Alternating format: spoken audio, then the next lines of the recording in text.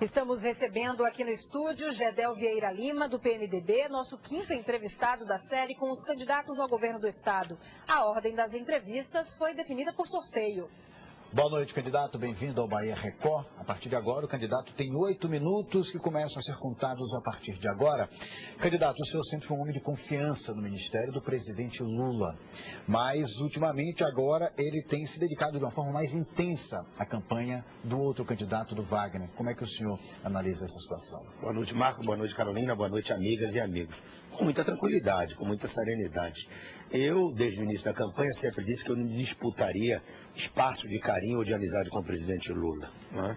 O que o presidente Lula tinha a dizer a meu respeito, vocês estão ouvindo e vendo no horário eleitoral gratuito. São as referências que ele faz à forma que ele próprio considerou competente com que eu desempenhei o papel de ministro de Estado, tirando as obras do papel, oferecendo a ele oportunidades de inaugurar obras, agindo com absoluta agilidade, com responsabilidade. Portanto, ninguém reescreve a história. A Bahia está vendo aquilo que verdadeiramente interessa na vida pública. O presidente da República, muito bem avaliado, vai à TV de modo espontâneo, posto que foi dito isso nos palantes, deixando claro do respeito que tem pelo trabalho que desempenhei como seu ministro. Isso basta. O restante eu reconheço no presidente a absoluta legitimidade e direito de manifestar preferência por A ou B, mais especificamente pelo candidato do seu partido.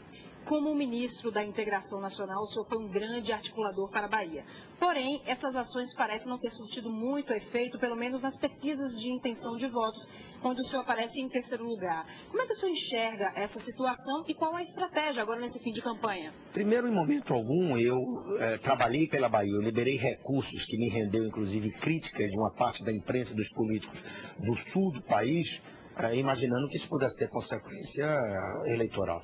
Eu, desde o primeiro momento que cheguei ao Ministério, comecei a trabalhar pelo Brasil inteiro, mas com um olhar muito voltado para a Bahia, e disse isso publicamente, de forma corajosa, como atuo na vida pública.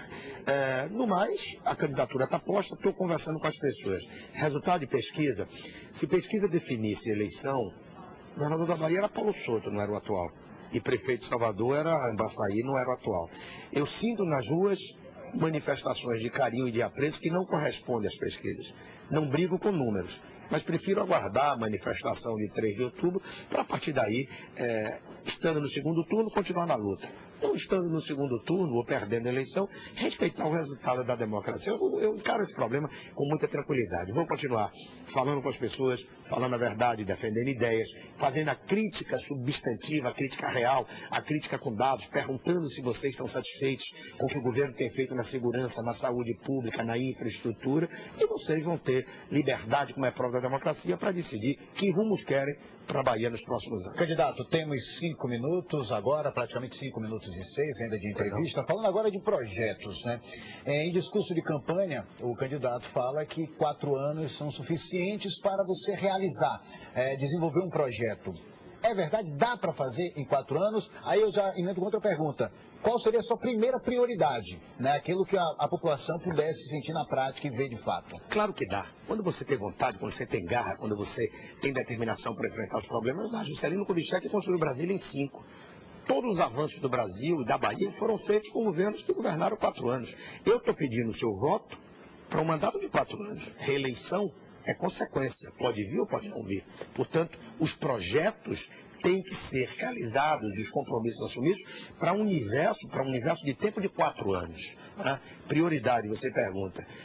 No primeiro momento rever a política de segurança pública do Estado, que deixa todas as pessoas nas ruas absolutamente inseguras em relação ao que está sendo feito. Melhorar a questão da saúde pública, interiorizar o atendimento à saúde que não tem sido feito, entender que é importante construir novas unidades de saúde, mas é sobretudo importante fazer funcionar o que existe, que não está ocorrendo, né? E investir maciçamente na educação. Você veja que cai mais uma das propagandas enganosas do governo. Dizia que alfabetizaram milhões de pessoas ao longo desses 3 anos e meio, 4 anos de governo. Vem agora o PNAD, o IBGE numa pesquisa e mostra que não. Que a Bahia, infelizmente, continua com um padrão de analfabetos muito grande. E pior, sem investimentos maciços na creche, na pré-escola, no ensino fundamental, sem uma meta claramente definida para transformar uma parte importante do ensino médio, ensino profissionalizante, aproveitando respeitando as vocações regionais desse Estado. Esse é o desafio que eu me proponho enfrentar. E ofereço a você o que como respaldo? O fato de que quando tive chance como ministro da Integração Nacional, ter feito as coisas saírem do papel. Você sente isso? Você vê as obras e o presidente Lula a todo instante dá o seu depoimento sobre a forma com que atuamos no seu ministério. O senhor falou agora que uma das prioridades é a área da segurança pública. É uma das grandes preocupações da população baiana e também uma das prioridades também citadas pelos outros candidatos. Como é que seria o combate à violência?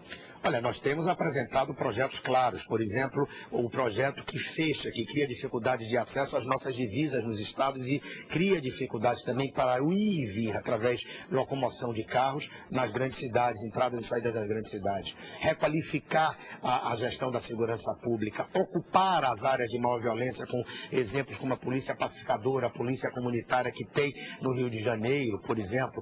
Fazer com que os municípios não arquem como tem arcado ainda hoje, isso é uma coisa que não dá mais. Tem tantas dificuldades, ainda são responsáveis por botar gasolina em carros de polícia, por arcar com a responsabilidade de manutenção de delegacias. Salvador, em 4 anos, não foi criada uma nova delegacia. Aí no subúrbio ferroviário, apesar do grande contingente de população, só tem uma delegacia. São coisas que podem ser mudadas em 4 anos se você tiver prioridade, se você tiver vontade. E o que me diferencia dos outros candidatos? A mim você não pode perguntar porque eu não fiz. Não fiz porque não teve a chance. Um teve 8 anos. Por que não melhorou? O outro tem 4. Por que não fez o que está prometendo agora? E o que dá a garantia de que eu posso fazer? Insisto, reafirmo, a minha atuação como ministro mostra que quando tive chance, fiz as coisas saírem do papel e beneficiei de forma concreta o nosso Estado, a Bahia. Candidato, temos 1 minuto e 30 de entrevista.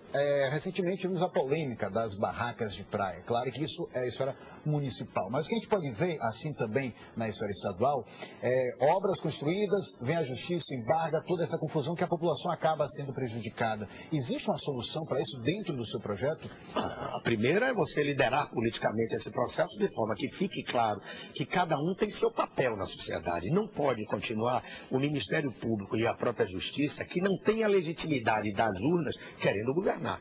E aí você tem que ter liderança, você tem que ter capacidade de enfrentamento dessas questões. É claro que o diálogo, é claro que o entendimento, a busca de posições consensuadas, de acordo, é sempre o melhor caminho. Mas um governador de Estado, um dirigente legitimado pelas urnas, tem que ter sempre a noção de quando for necessário, não pode ter medo da crítica.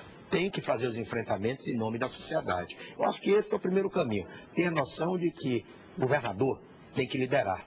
Em nome da necessidade do entendimento, de diálogo, não pode abrir mão da autoridade. O senhor tem 20 segundos para as considerações finais. Agradecer a você, agradecer a Record, agradecer a vocês. E mais uma vez dizer, eu conto com o seu voto. Vamos levar essa eleição para o segundo turno, para que no debate direto você tenha mais oportunidade de conhecer as características de cada candidato, de conhecer as propostas de cada candidato, as críticas legítimas que cada um faz ao projeto dos outros e escolher de forma clara. Muito obrigado a vocês, uma boa noite. Candidato, muito obrigada, boa noite. Eu que agradeço. Muito grato. Amanhã nosso convidado é o candidato do PSTU, Carlos Nascimento.